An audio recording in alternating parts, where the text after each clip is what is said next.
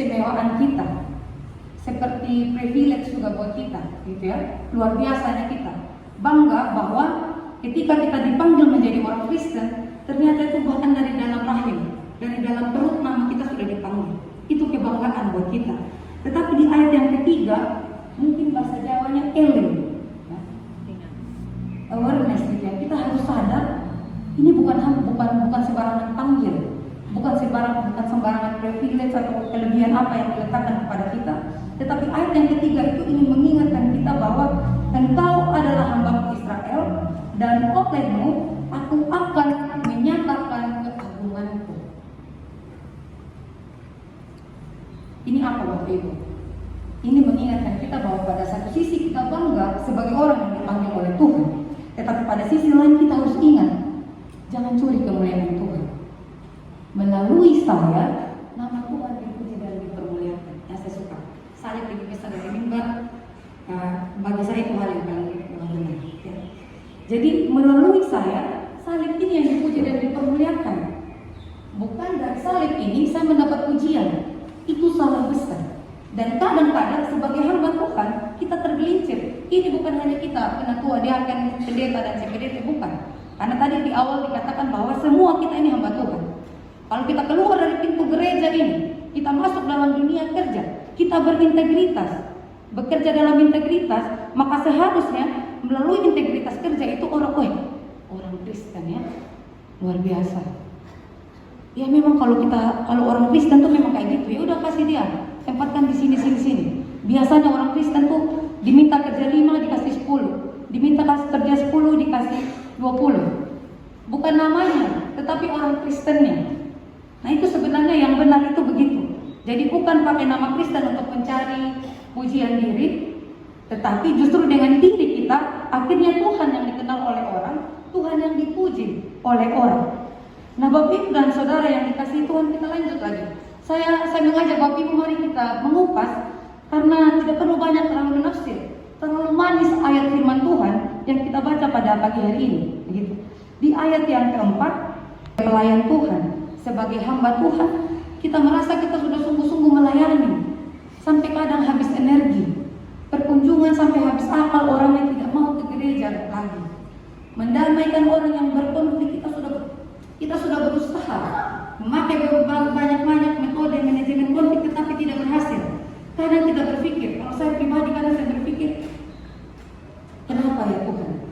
Apakah tidak ada wibawa Tuhan dalam diri saya? Kadang terasa lelah dalam lingkup hamba Tuhan begitu, atau para teolog kami sebut itu kekeringan rohani. Ada kalanya seperti itu. Kita merasa kita sudah bekerja dengan jujur, tapi tidak diperhatikan oleh atasan. Kita bekerja tanpa ada orang yang melihat, tetapi seperti tidak ada reward yang kita terima. Begitu. Kita merasa lelah dengan hal baik yang kita sudah lakukan, karena hari ini belum kelihatan buahnya, belum nampak. Kadang-kadang kita jadi malas. Ya sudahlah, saya ikut-ikutan orang. Kalau orang lain nggak on time, ya saya juga lah. Ngapain on time udah sekian tahun? Tetap aja orang datang, udah tahu ibadah jam 7 datang jam sekian, ini umpamanya. Sudah tahu jam kantor jam berapa, tetap datang jam sekian. Nah Bapak Ibu dan Saudara, di ayat yang keempat itu kita diingatkan, kita diteguhkan bahwa tidak apa-apa, jangan lelah bekerja di ladangnya Tuhan. Jangan lelah menyebarkan nilai-nilai Kristus di kehidupanmu sehari-hari. Karena yang mengubahmu bukan orang lain, tetapi Tuhan sendiri. Kalau engkau merasa hakmu diambil, diinjak, dizolimi begitu, jangan takut, jangan kecewa, karena hakku dikatakan terjamin pada Tuhan. Tuhan yang menjamin hak kita, Tuhan yang mengupah kita. Jadi ya salah satu reward yang sudah langsung muncul di sini adalah ya akhirnya kita dipermuliakan, tetapi di hadapan Tuhan. Nah di ayat yang ke-6 kita sama-sama membaca di dalam hati. Terlalu sedikit bagimu hanya untuk menjadi hambaku, untuk menegakkan suku-suku Yakub dan untuk mengembalikan orang-orang Israel yang masih terpelihara. Tetapi aku akan membuat engkau menjadi terang bagi bangsa-bangsa, supaya keselamatan yang daripadaku sampai ke ujung bumi. Terlalu sedikit bagimu hanya untuk menjadi hambaku.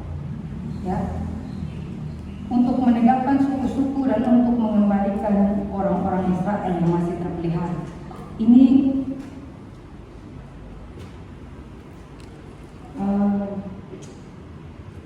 bulan November kemarin di Pulau Sumba, saya ingin men-sharekan ini supaya Bapak Ibu tahu ya.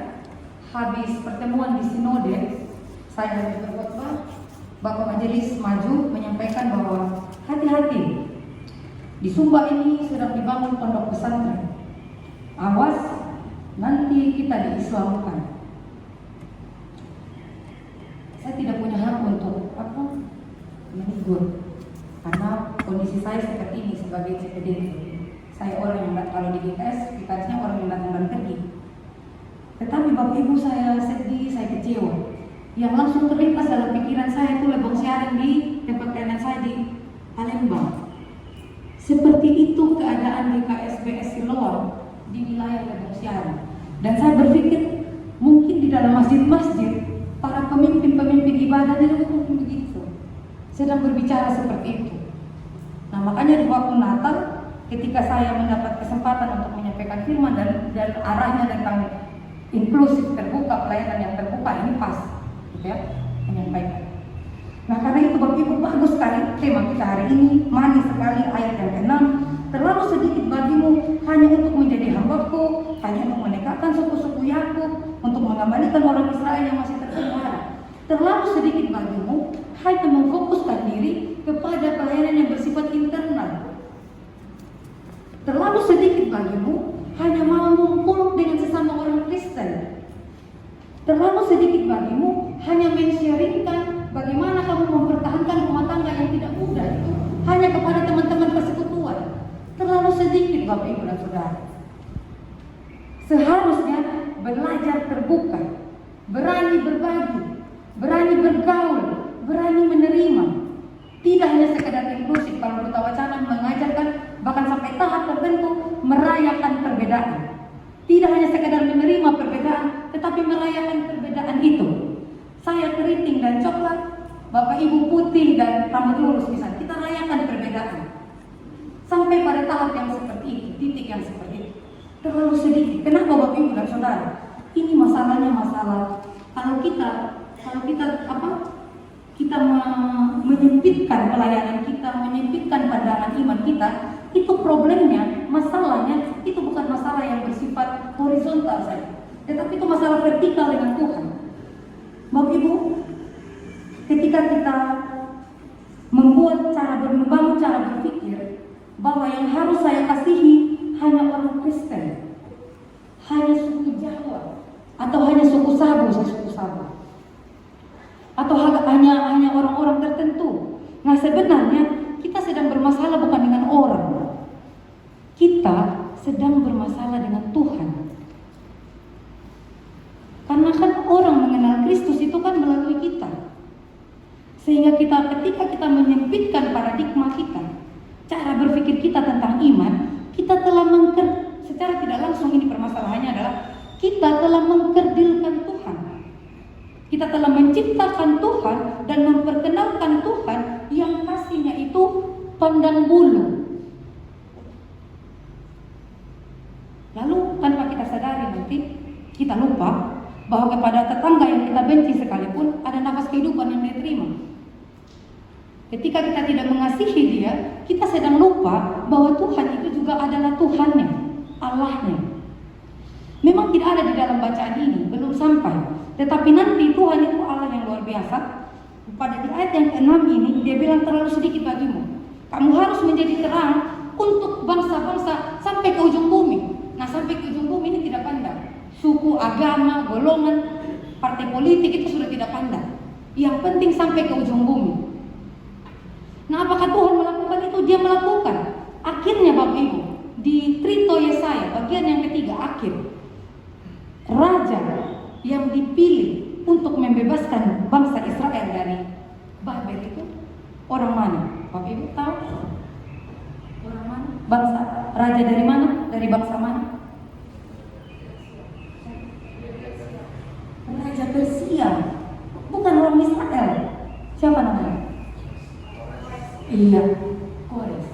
Ini merinding saya. Ya. Jadi memang kita punya Tuhan itu integritasnya luar biasa. Apa yang diomong, apa yang difirmankan, sejalan dengan perbuatan. Tidak pernah kita punya alasan untuk tidak percaya kepada Tuhan. Jadi kalau Tuhan bilang mari meluaskan pelayanan kita, mari meluaskan kasih kita, susun program kerja yang ada diakonia keluar. Kalau bisa jangan hanya karitatif, sampai transformatif. Bukan hanya sekedar kasih sembako, tapi memberikan orang cara pandang yang baru, sampai mengajarkan orang banyak hal supaya orang itu bisa mandiri dan jangan hanya memandang bulu. Apalagi bagus kita di Bandar Lampung, kita hidup di tengah-tengah suku dan agama yang banyak, ya.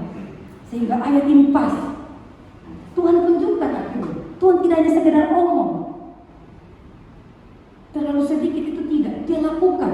Pada akhirnya Kores, Raja Persia yang Tuhan pakai, itu Bapak Ibu bisa baca di ayat sebelumnya. Tuhan pakai. Nah, satu hal yang terakhir yang perlu kita lihat dari Raja Kores itu dipakai adalah ini. Di ayat sebelumnya itu secara eksplisit ditulis dalam kitab Yesaya bahwa Tuhan ingin menunjukkan bahwa Dia satu-satunya Allah di dunia ini.